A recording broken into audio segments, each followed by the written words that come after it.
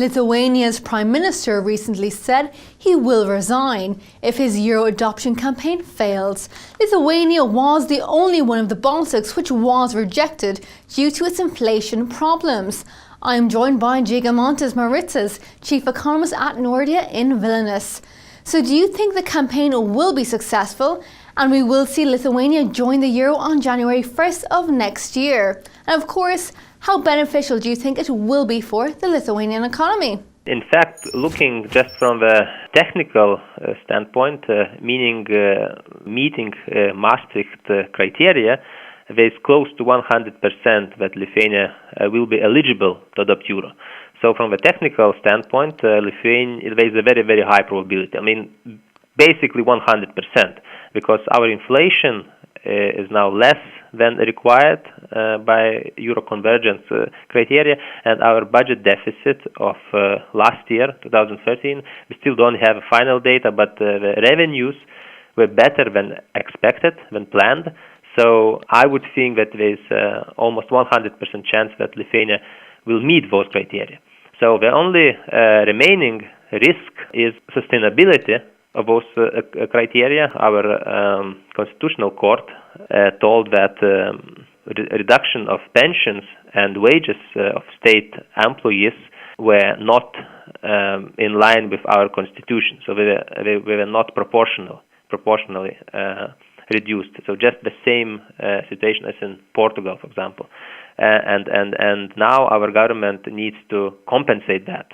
And it kind of wants to start compensating these pensions and employees already this year and maybe next year. So this might still raise questions whether our public deficit situation is sustainable. But other than that, we will definitely meet criteria, not like in 2007.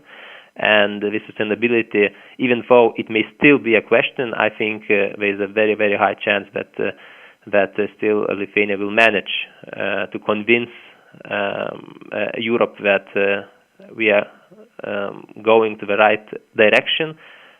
We will continue to reducing our budget deficit, and just looking from a technical standpoint, from economic indicators, we will be eligible to adopt euro in 2015. The only remaining risk is a political one, but I would say it's not a very big risk because it's mainly related to presidential and European Parliament elections we will have in May.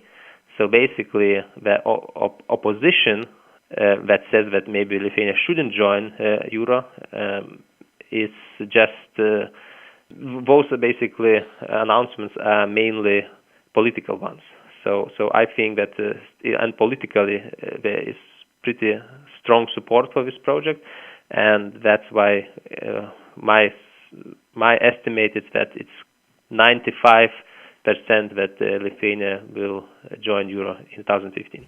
The Lithuanian president was in Riga over the weekend meeting with the Latvian president. They discussed a number of project ideas, such as building a Baltic Railway connecting the three Baltic capitals. So do you think we will see more union and cooperation between the three? So far, there is more competition rather than cooperation among Baltic states.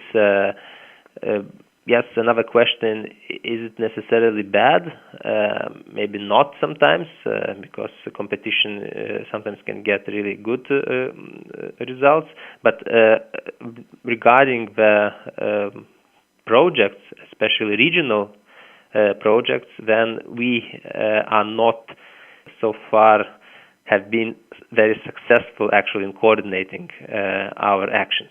So that would be my answer. And just to name a few projects again, say if you say liquid gas terminal, so Lithuania is building its own terminal, and even the financing from the European Commission was approved for Lithuania, even though the initial plan was to have common terminal for all three Baltic states. Then another thing is that nuclear power station. Again, all three Baltic states wanted to build a nuclear power station, but still this project is not going through.